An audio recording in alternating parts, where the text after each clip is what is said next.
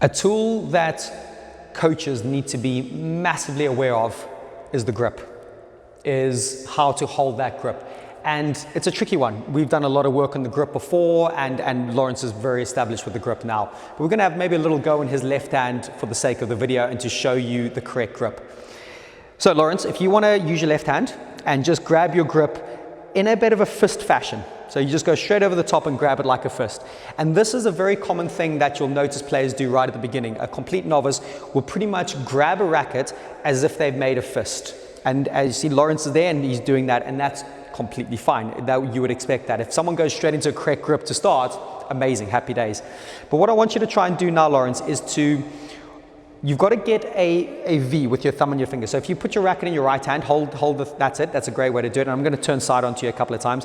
So if you make that V, and just see if you can curl your fingers around that racket a bit more. Great, that's a nice start. If you want to point your racket down so this camera can see. So you should be able to see much more of a V fashion. Okay, thank you. If you bring your wrist up again. And that V and the fingers spread at an angle is one of the first things you want to get right in regard to coaching the grip. Secondly, and very closely, is where that V goes and where you place it. So currently, Lawrence, if you drop your grip down a bit, your V is pretty much in the complete middle of the grip, or the shafts coming down in the middle.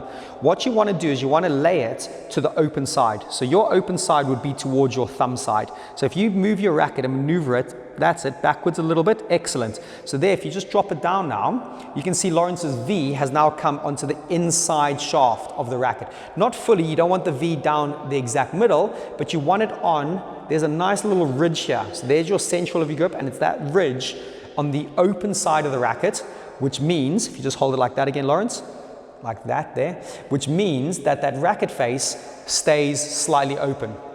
So if Lawrence was to come in and play a forehand, you'd notice that that racket face stays open and that bottom edge is much more open with the correct grip.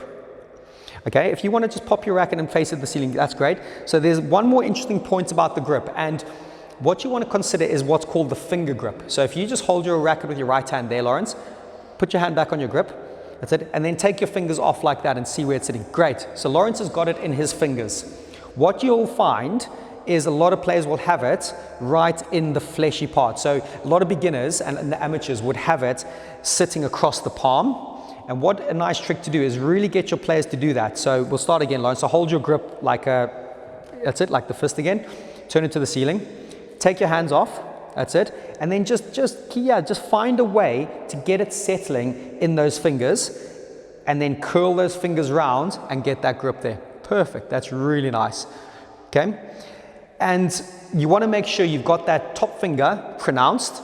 A lot of common fault is that top finger goes down below the thumb and turns into a bit of a club. And making sure that finger stays nice and active. So if that's it. If you just check your grip and go down there. So how does that feel? Obviously think about your strong arm grip. Feeling, thoughts around that? Well, it feels much more firm than just a fist. The fist feels more like just floppy, whereas it feels much more firm. Excellent. Proper grip. Great, and I couldn't have said it better myself. That was my next point, whereas, you know, a lot of players will get up and hold the grip with a fist. And in the short term, it might work really well, but it just has no racket head control. When you get the grip in the fingers are angled, that top finger comes up, there's so much more control in that racket head, and I'm really glad you made that point. So that's the big benefit about coaching a good grip. It gives your players the ability to control the racket head, maneuver, and get the ball into parts of the court they should.